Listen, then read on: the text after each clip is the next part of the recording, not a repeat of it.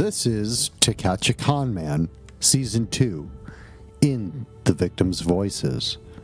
I will take you on another fascinating journey, but this time you will hear from other men and women that, like me, have fallen prey to the various cons, scams, and deceits by one of the most prolific and successful con artists to live and operate in the Midwest.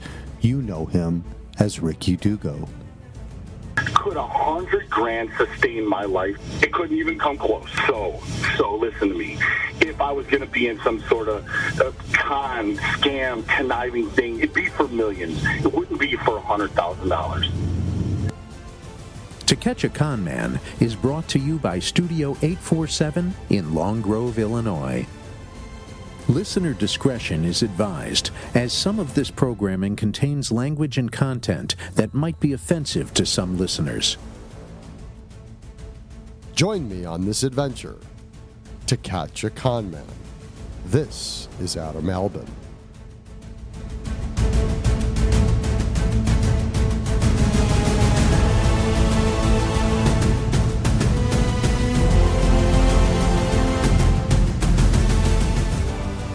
Coming up next, it is the summertime of 2016. We will head back to that wonderful neighborhood called Greg's Landing in Vernon Hills, Illinois. In this two-part interview, you will hear from the first victim that reached out to me after finding the Ricky Dugo Facebook spoof page. A victim I met in person at a Starbucks and shared information with on June 3rd, 2018. A victim that, like me, was trying to spread the word and protect his neighbors in Vernon Hills. This victim is one of three that testified as an other act witness, as by the time Lake County charged Ricky Dugo, his potential charges had the statutes of limitation expire. Let's meet Scott.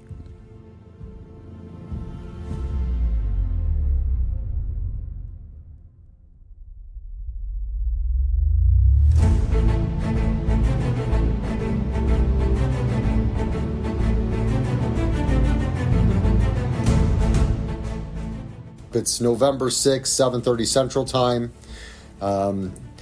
In the studio today, from afar, we have Scott. Scott was instrumental in helping me get this case off the ground. He comes to us back in 2017-ish. He was living in the Greg's Landing area of Vernon Hills. So, hey, Scott, how are you? Doing great, Adam. Thanks for having me. Yeah, thank you for taking the time. So tell me a little bit about what was going on in Greg's Landing, back in 2016, 2017. Yeah, I mean, for the sake of some redundancy, because I know a lot of this was covered in your main podcast, but, Rick came into our neighborhood exactly as so many have already described, right? So suddenly, there was this huge 40-foot cigarette boat parked out in front of a house that had been for sale for quite a bit. And so it was kind of like, big calling card, new neighbors in there, lots of cars, all that jazz. And we're a small neighborhood. I think it was maybe 110 houses. Sounds bigger than it is, but it was a tight community. It didn't take long for people to start, asking who the new neighbor was and, all the usual, mostly just from a welcoming perspective. And then, also, why is this, giant boat that takes up an entire, basically the width of a house, parked outside? Is somebody going on a boat ride anytime soon? Because it's, not up to code for, boats like that to be parked on the street. So it was an unusual scene for more than one reason. But I wouldn't end up meeting Rick for probably another couple of weeks, mostly because at the time, I was working and traveling quite a bit, so I wasn't necessarily, it was early summer or something like that, so people were starting to come out of the woodwork and everybody was chatting with each other, and we'll talk in a second about Flamingo Fridays we're about to start up, but I bet he was there for a solid 2 weeks before I finally met him for the first time. Great. And so he moves in. The day he moves in, he pulls in his dually. He's got his 46-foot cigarette boat in tow. I mean, it's pretty odd, right? I mean, why isn't this thing at a marina? Do you think that was just a blatant flashing of the ego of, look, everybody? In hindsight, of course, right? It's one of those, it's easy to look back on it and see what it was, now.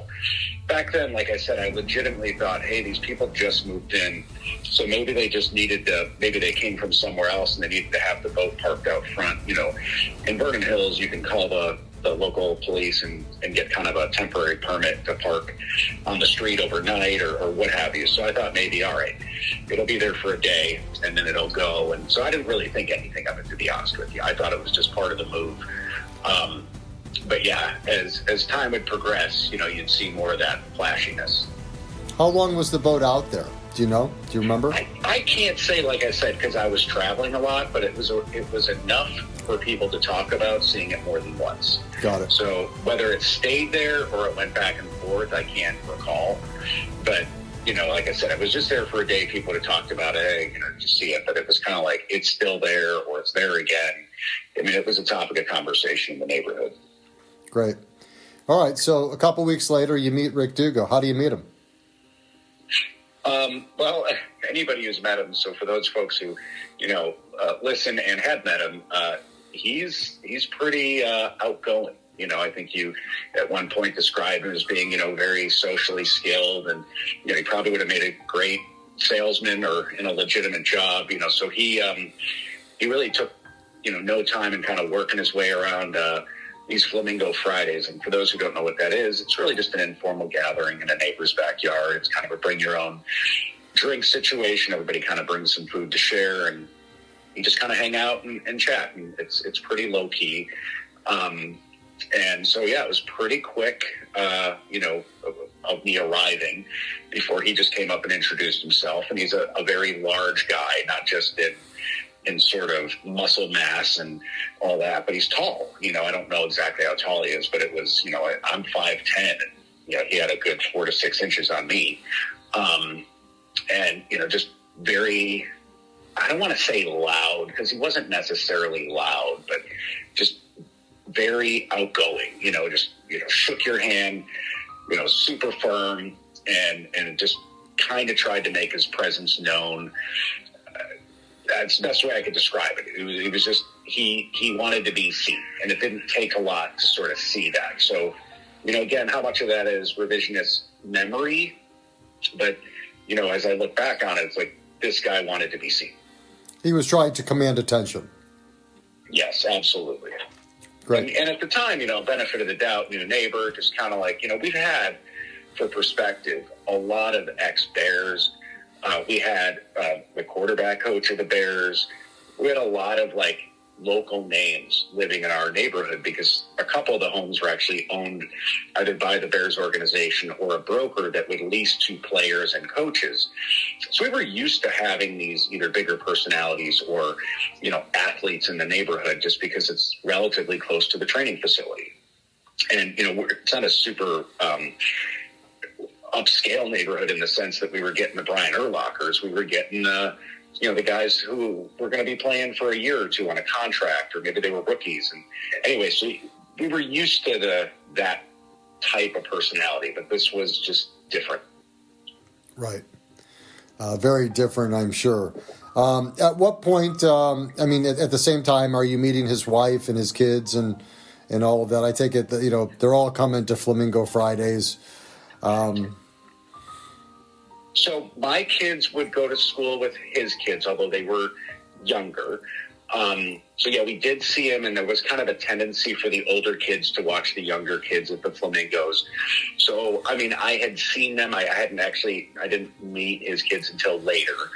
But at the time, yeah, both him and his wife and at least a couple of the kids were there. And I don't recall if mine were there or not, but, like I said, typically the older kids would kind of help and watch the younger kids. Sometimes somebody would, give the older kids a few bucks to say, watch them for a little bit so that they could, focus on a conversation and, not be, having to parent the entire time. Right. So, and how often are Flamingo Fridays? Is it every Friday night? Is it every couple of weeks? It's typically every Fridays unless there was a hole in the schedule where nobody volunteered yet. Great. Did that rotate like from house to house to house? Yeah. It was never at the same house twice in a season. But to your point, going back to that, so, we met, it was pretty quick. And I would say, within 10 minutes, he asked if we could exchange phone numbers, which, again, new neighbor, made sense. Lots of questions for, what cable provider should I get? What are the things I need to know? So I didn't really think twice about exchanging numbers with him. And I would say it was probably, maybe it wasn't a week, but it was a few days before I'd hear from him again. Okay. And what was that like? What happened then?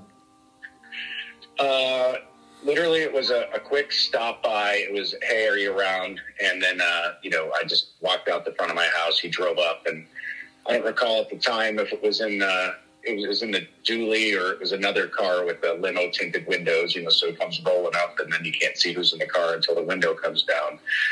And then he got out of the car and just kind of briefly said, do you like money? And it was just such a silly, stupid question. I just sort of brushed it off. I just didn't necessarily like where the conversation was going. So I don't remember if I feigned that I had a call or this or that, but it just felt like a little bit awkward. So I brushed him off the first time, and then it would be a day or two later. I don't remember if we were walking in front of his house or he walked in front of our house. He then sort of realized that his first approach wasn't, necessarily the best approach with me. And so he sort of jumped right into this electronics opportunity in just super fast. It wasn't like, hey, how's it going? It was, hey, I've been meaning to ask you, if this was something you were interested in. So you're saying within a couple weeks of him moving in, he shows up to your house. It was the third time I met him. Yeah. He shows up to your house. He hits you up. He pulls up. He's got his windows tinted, and he just flat out pitches you. It's wild. I mean, the ball's on this guy, right? It's crazy. All right, so keep on going, Scott. Like I said, particularly as you look back. Yeah. Yeah, so anyway, at this point, and I'm pretty sure we've mentioned Rick's name or Rick's wife's name at this point, so I'm assuming that's go ahead. Within the realm. Okay, so at this point, Michelle had already been talking to Shannon a bit. They had a pool at their house, so it was a bit of a destination too. And I don't recall if Michelle had gone swimming over there yet or not, but they were now neighbors, legitimately neighbors, where our wives were talking and this and that. So at this point, when Rick brings this thing up, I'm thinking, all right, this is a neighbor who's now got kids in the school system. There's roots down. Even though it's a small period of time, there's roots down. Anyway, so he brings up this pitch where he basically can buy, large-scale electronics at a deep discount. Different from what others experienced. His pitch to me was just straight-up investment. Hey, if you just want to do kind of a quick turn, I could use extra capital. It'll just help me scale up the deal. It was kind of pitched this is just something some of the neighbors are doing without ever really mentioning, who's who. So it was a lot different than what your experience was, where you really kept playing the friend card. For me, it was more, hey, I just want to scale this up, and I'm new to the neighborhood, and it'd be a great win. So, again, we didn't really get into numbers at the time, but, I said, okay, listen, I'll talk to my wife. I don't really, do anything like that on my own. I'll get back to you. So I had enough of the details, but, I didn't really ask a lot of questions. So I talked to my wife either that day or the next day, because there really wasn't, this huge interest on my part to necessarily do it. And she was like, well, how much are we talking? Honestly, we didn't really talk about it. So, if we wanted to take a swing, it's whatever number you're comfortable with. And I don't remember if she gave the number or I gave the number, but, we sort of came to you know what? We play a lot in the stock market. We do some risky investments. And at the time I'd been doing stock options, and some of our some of those arrangements, would go to zero, and some of them would triple. You just never really knew with options. They were volatile. And so the standard lot that I would do at the time was something like $5,000. So I don't remember how we came up to the odd number of 6, but it was like, you know what? Treat it like a stock deal. If it doesn't go great, it's fine. It's not that we can want to, lose $6,000, but he's a neighbor. Yeah, it's going to be really awkward if we're walking around the neighborhood and there's a guy who owes us $6,000. So, seems like a relatively safe bet at a minimum. Just, doesn't go the way we want, ask for the money back. So reached back out to him again, or he reached out, I think, in fact, and just said, hey, any interest? And I don't remember if it was a day or two afterwards. And so I said, sure, we'll do it. And we agreed on the 6. And, whether it was a day or two after, I don't remember. I have it all in my text thread. I just went to the bank and gave him the cash. And then it was, 4 or 5 days of just kind of radio silence, which was fine because we weren't expecting, I think he said at that time it took about a week. It might have been up to 2, but it was supposed to be a very quick turnaround. Let's go, if I can interrupt just for a second. Let's talk about what the promise was. The investment in this electronics opportunity, what does your money get you? Oh, it's supposed to be double. So you give me 6, I give you 12. And again, we don't really get into the details of it, but I kept asking too, like, what's the difference at this point? Because he did throw his numbers out there, and his were something like, I'm putting 150 into this. And certainly there was a bit of and I sort of skipped over this, like, are you sure you only want to do 6? Because, opportunity here doubled and, make it worth your while. I was like, listen, this is the number that I play, the stock market with. So that's the number you're getting. That's sort of locked in. But yeah, he said it would double. So I didn't get any of the, could be triple or anything else. I maybe at this point he had refined his pitch a little bit and knew that if he started changing things around, it would be sketchy. So yeah, the number was 6. But what was interesting was about, 5 days in or so. And again, me traveling, so I probably just didn't even think twice about it because it was probably on the road. Pinged him and said, hey, how are things going? And he was like, everything's great, right on track. And then it was the next day, he came back and said, is there any chance you could put some more in? I had somebody back out. And this is his, typical playbook. I had already talked to Michelle and said, hey, is this our final on the 6,000? And she was like, yeah, that's the number. So it was relatively easy for me to tell him, no, don't worry about it. We're good with what we've got in. And he alluded to the fact that because this other guy backed out, the deal could fall apart. And I sort of said at the time, like, listen, it falls apart. I'll take my money back. But, I'm not the only other person in this. I'm sure there's plenty of other people. We don't really know each other that well. So, I remember it being a little bit of a red flag. So anyway, he took the no. He didn't like the no. But it was a couple days later that he called me back and said, listen, I know you don't want to go in for any more, but we got an issue with the trucks and the drivers and the this and that. And I don't recall the exact number, but it was something like I need $2,500. Again, it's all in my text, and I could go back and pull it up. But I was like, yeah, man, I got to tell you, like, if $2,500 is standing in the way, like, is that a problem for you? Because, like, you seem to have a lot of money there, buddy. You got the boat, you got the cars. I'm thinking you could probably solve the $2,500. And he's like, yeah, it's all tied up. It's all tied up in this deal. And, Shannon's not aware of what I do, so I can't go to the bank. I can't pull this out. And it was the whole, don't tell anybody about it thing. And so ultimately, at the time, I was like playing at the track and, doing some kind of just Mickey Mouse gambling. So I had like $1,200 on me or some number like that. I was like, I'll tell you what, I will give you half. You cover the other half and just get this thing done in the next couple days because it's already kind of bothering me, the number of variables that are coming up here. But like, if it doesn't come through, you can't bridge the gap. Just pull it out. Like, let's be done and call it a good shot. So I bet it was 3 days after that. He came back and said, is there anything else you could do? Because, we had another driver pull out and we burned through some more of the cash than we expected. And just out of curiosity, I was like, what do you need? And he was like, $800. I'm like, Rick, big red flag, man. You don't have $800? Like, it was bad that you didn't have $2,500, but $800? And out of all the money you've got in here, you can't just like throw somebody a bridge or something? Like, you got all this capital tied up in the deal. Like, make a trade. And he was like, well, I'm going to be driving by your house anyway, so let me just talk to you. And so he swung by, and I had $400 in cash on me.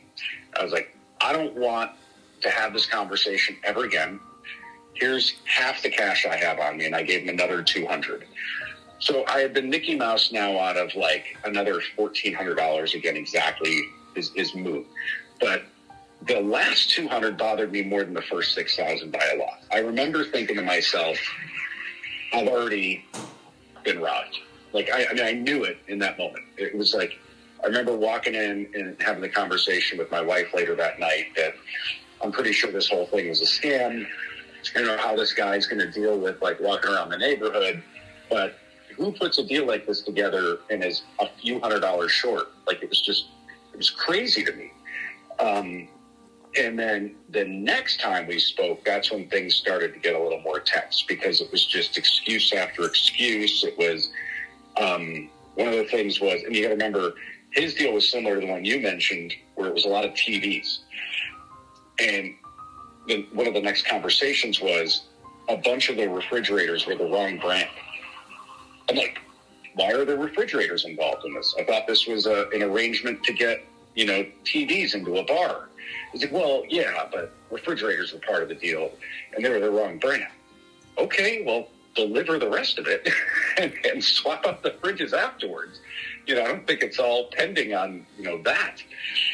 And it was just a lot of excuses like that kept coming up, and none of them made any sense. Like, it was just, how did, like, refrigerators came out of nowhere?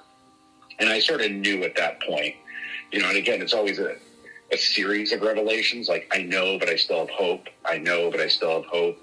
Or, he's a neighbor. Come on. Maybe he's just kind of not that smart, but he's not, a criminal. You kind of go through all the thoughts in your head of this can't be as bad, even though I know it's that bad.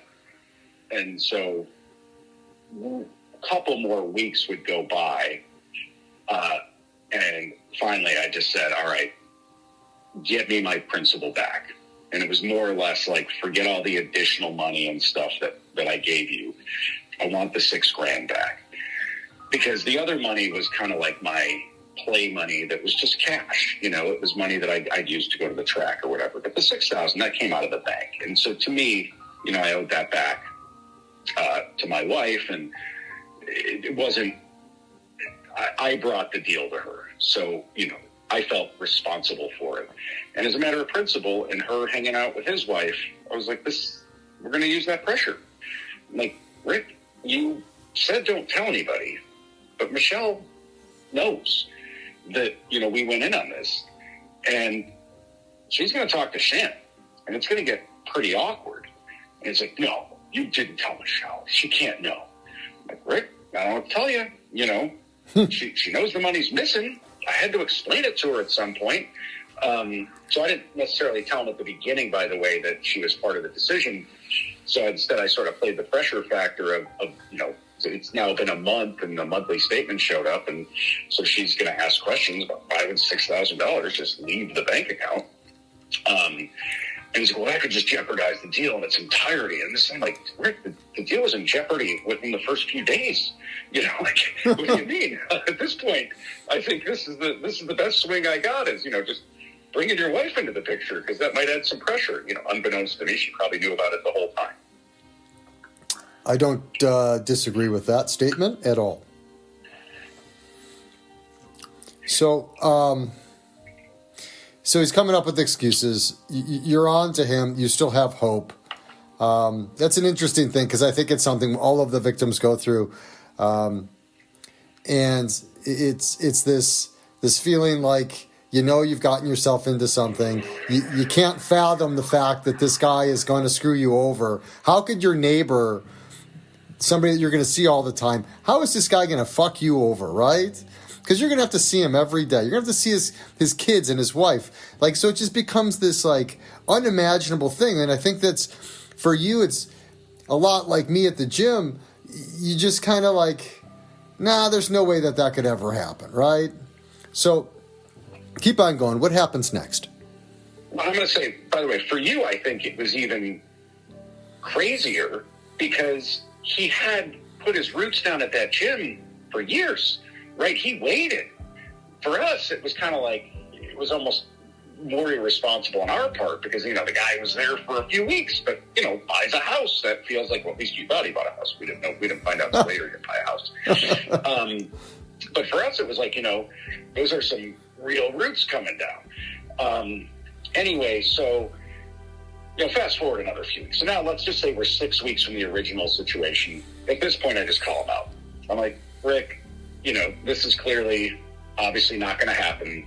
So at a minimum, I need you to just come clean because, this is, I got to talk to Michelle and I got to explain that the $6,000 was incinerated and that you incinerated it. And he's like, listen, I'm with my family, because this is all in text, by the way. Every dialogue we have every time is in text, which in hindsight for a con man, probably the stupidest thing you could ever do.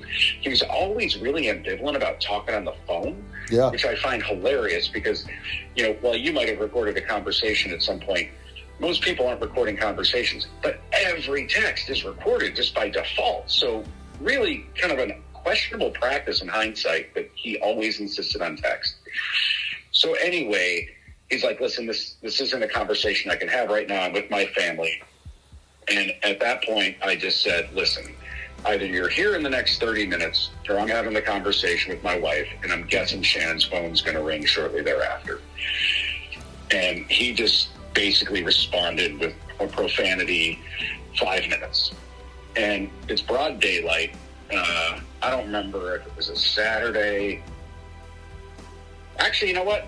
It wasn't. It was a weekday because I was working from home. I bring that up because there wasn't a lot of foot traffic or anything on the street. So anyway, I sit out on the porch. I wait for him to come. He comes walking up, and I've got an elevated porch. It's probably 2 steps. And he stays on the sidewalk level. So and considering his height, it's kind of nice that I've got a little bit of an escalated perch. And so I'm like, Rick, now we're in person. Just admit that you stole the money. I'm just curious also, did you involve other neighbors or did you just target me? And that's when he about lost it. And so he walks up the steps and closes the gap to me. He's maybe 18 inches from me. So now he's looking down on me because he's almost a full head taller. And I don't recall the exact words, but it was similar to the exchange you had in the parking lot. Don't talk to me like that. Don't talk to me like I'm some punk. Don't disrespect me like that. All the words that you would use if you were in some type of street gang or something where he thinks this is going to fly. And while I'm not saying that, I would have welcomed an altercation with somebody who had 100 pounds on me, I kind of felt like this was this guy's move. So instead of stepping back, I stepped into him. And so now there's 6 inches between us. And I'm like, you're on my porch. I literally have a Ring doorbell standing behind me. If you're going to physically threaten me, this is the place to do it. So, either you have an explanation or step off and get back to the sidewalk and explain yourself. And you could tell he was kind of okay. First of all, surprised that this significantly smaller guy would have stepped, into his space. But moreover, wasn't going to be intimidated by this guy. So he backs off and starts to describe that it's just been a series of unfortunate incidents and that he's getting it all resolved and everything's going to be fine and we're going to joke about this at some point. I'm like, that's great, but I'm looking at your house, I'm looking at your cars, I'm looking at your boat. just give me my $6,000.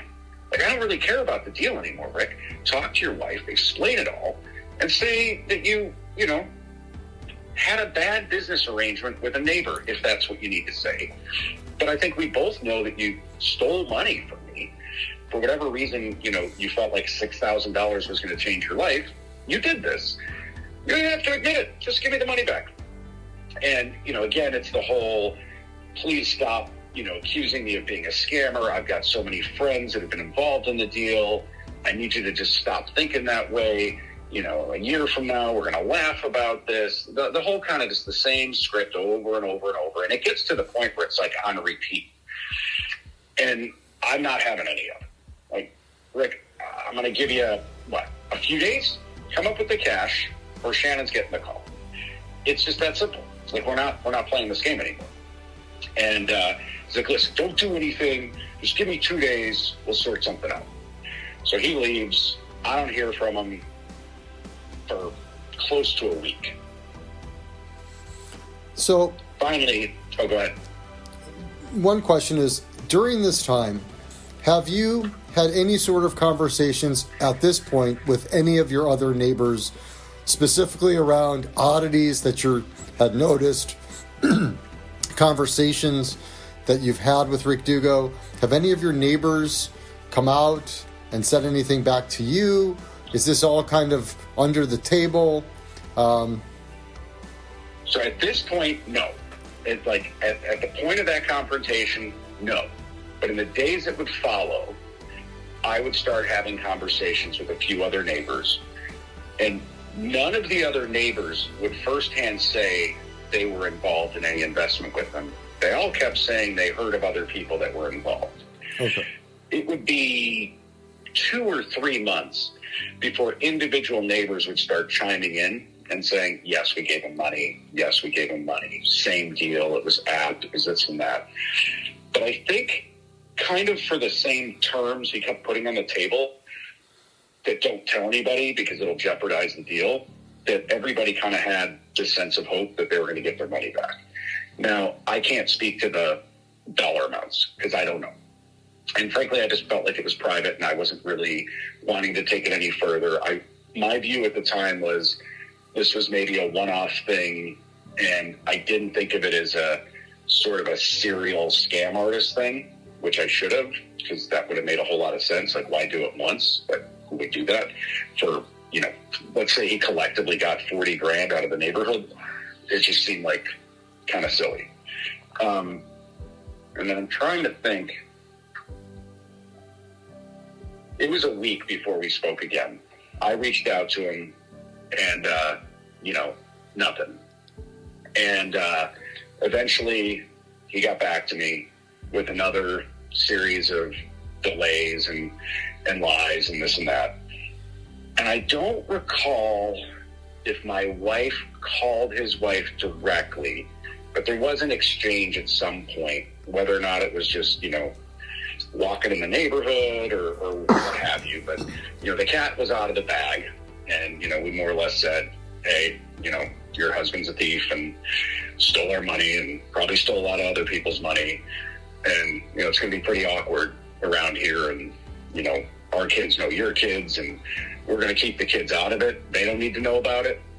But, at some point, we can't account for all the other neighbors who also have kids in the school who might be talking about it. It was almost like a heads up, like things could get awkward for the kids at school because, word's out. It really didn't escalate. You would have thought it would have. You would have thought Rick would have been like, that's it. You just, ruined the whole thing. But at this point, he was still playing the con. And continued to say, 2 more weeks.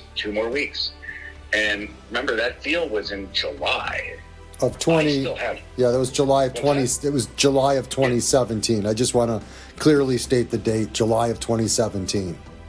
I bring that up because, the entire escalation took place over about a 30-day period to the point where, the cat was out of the bag. It could have been six weeks, again, who knows. But it was sometime in August where, neighbors were talking and everybody kind of knew something was amiss.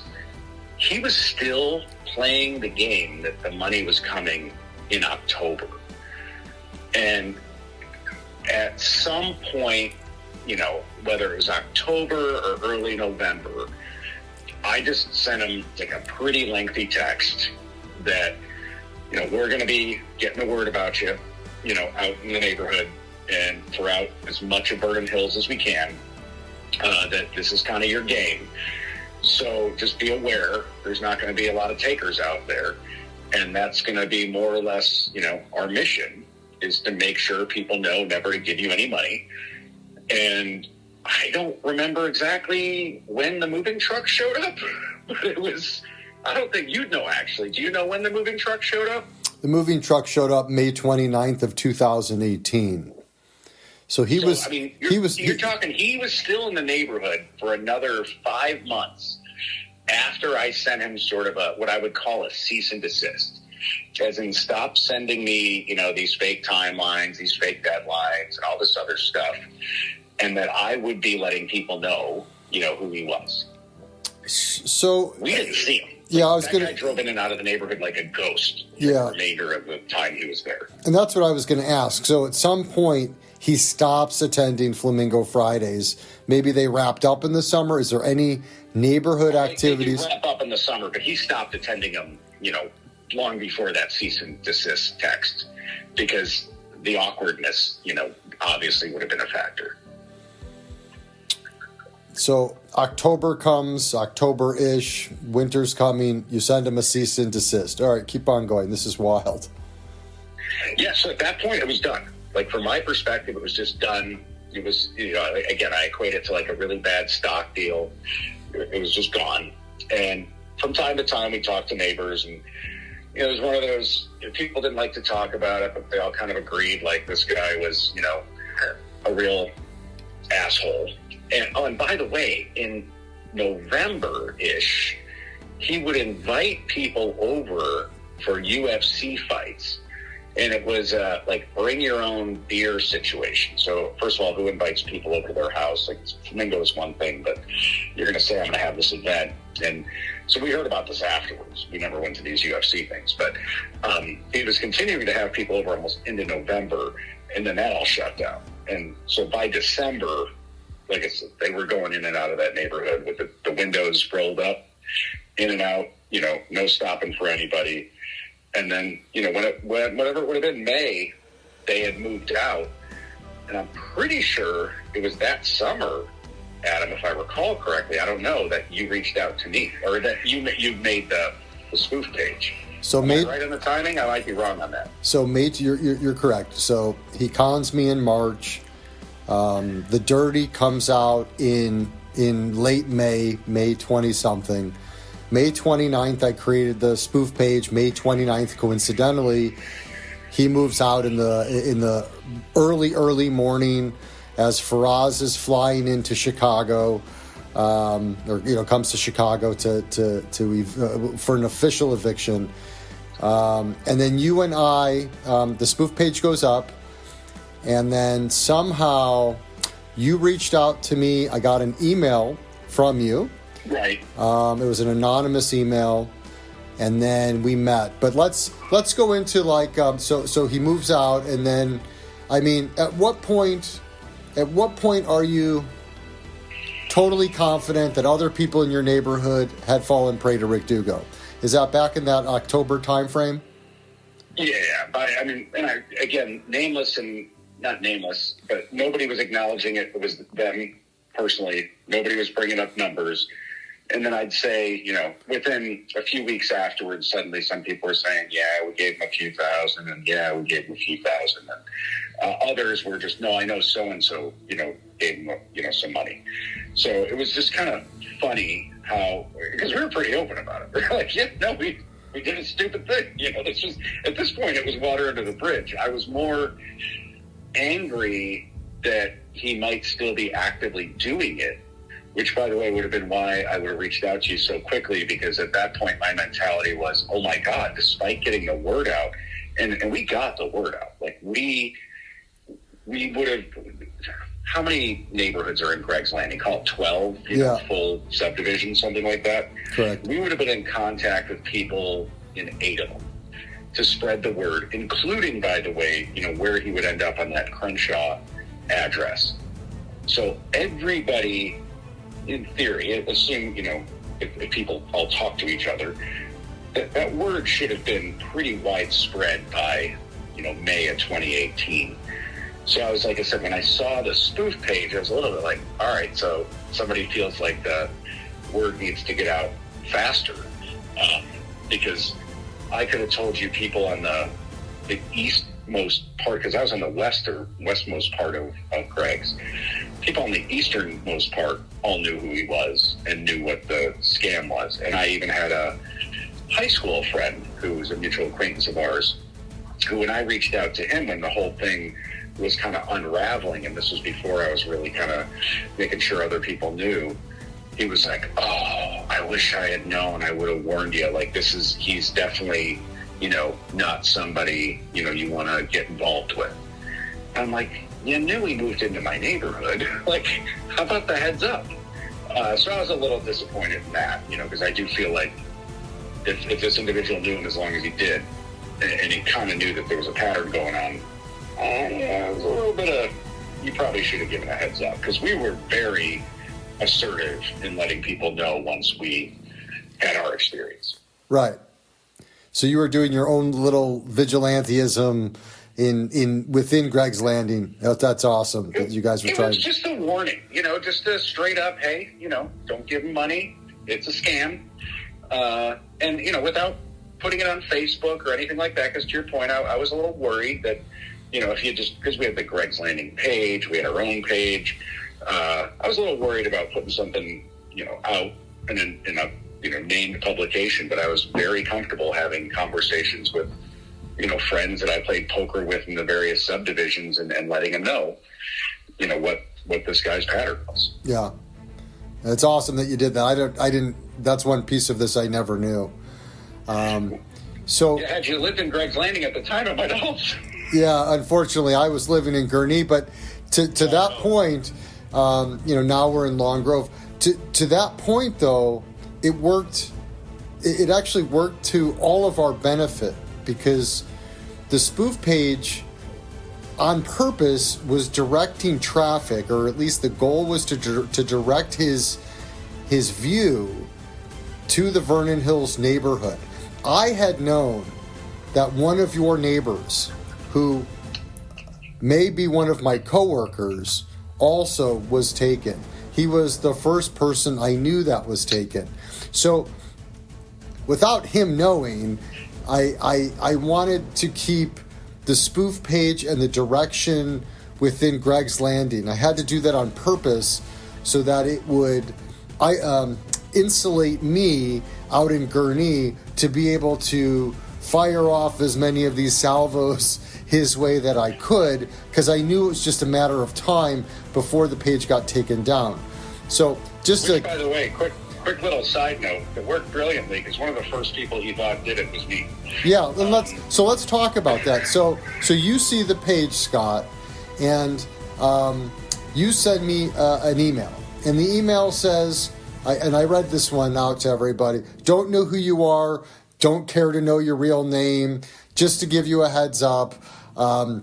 He conned me and 6 of my neighbors for over $25,000 in the Greg's Landing neighborhood, and he's going around asking other neighbors to get with me to take down the Facebook spoof page. So he's actually, at that time, when he just moved out of that house. You've reached out to me within 2 days of the spoof page. He's trying to get you to take this page down. So tell me a little bit about that. Communicating with me, because he knows, right, that we're not having any conversations. So he's communicating to others that know me that he knows it's me. And I'm like literally laughing. I'm like, that's fantastic, because I just shared the page. So it was one of those like, hey, heads up, this is a real thing. There's a page out here that kind of, whatever. And again, whether or not I shared it through the actual link, share this, or at the time maybe it was just a screenshot, I don't recall. But anyway, it was just one of those like, I'm going to reinforce the message that I've been telling people already, but why would I share a page that wasn't mine, I guess. But anyway, I heard that he was really pissed, and, basically he was going to the police and all this other stuff. And I just thought it was hilarious because, I'm in tech. I've been in IT forever. And, I knew nothing that, first of all, I didn't create it to begin with. But even if I had, there was nothing that could trace it back to me because, there was no IP or anything that was going to come my way. And also, I don't know what the law is around creating a spoof page, but, plenty of people do it. And I don't really think they're going to be too worried about, a con artist's, page getting put out there, alerting people of a scam that's, real.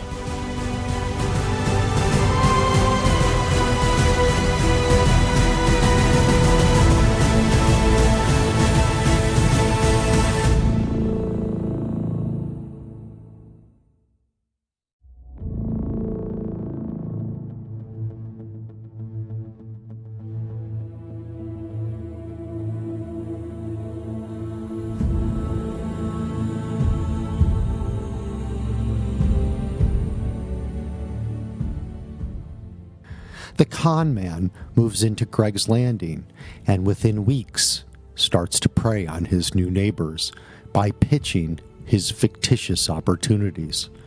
Within a few months, he turns his neighbors into victims. And in part 2, coming up next, we will hear Scott continue on with his story of being strung along by Ricky Dugo.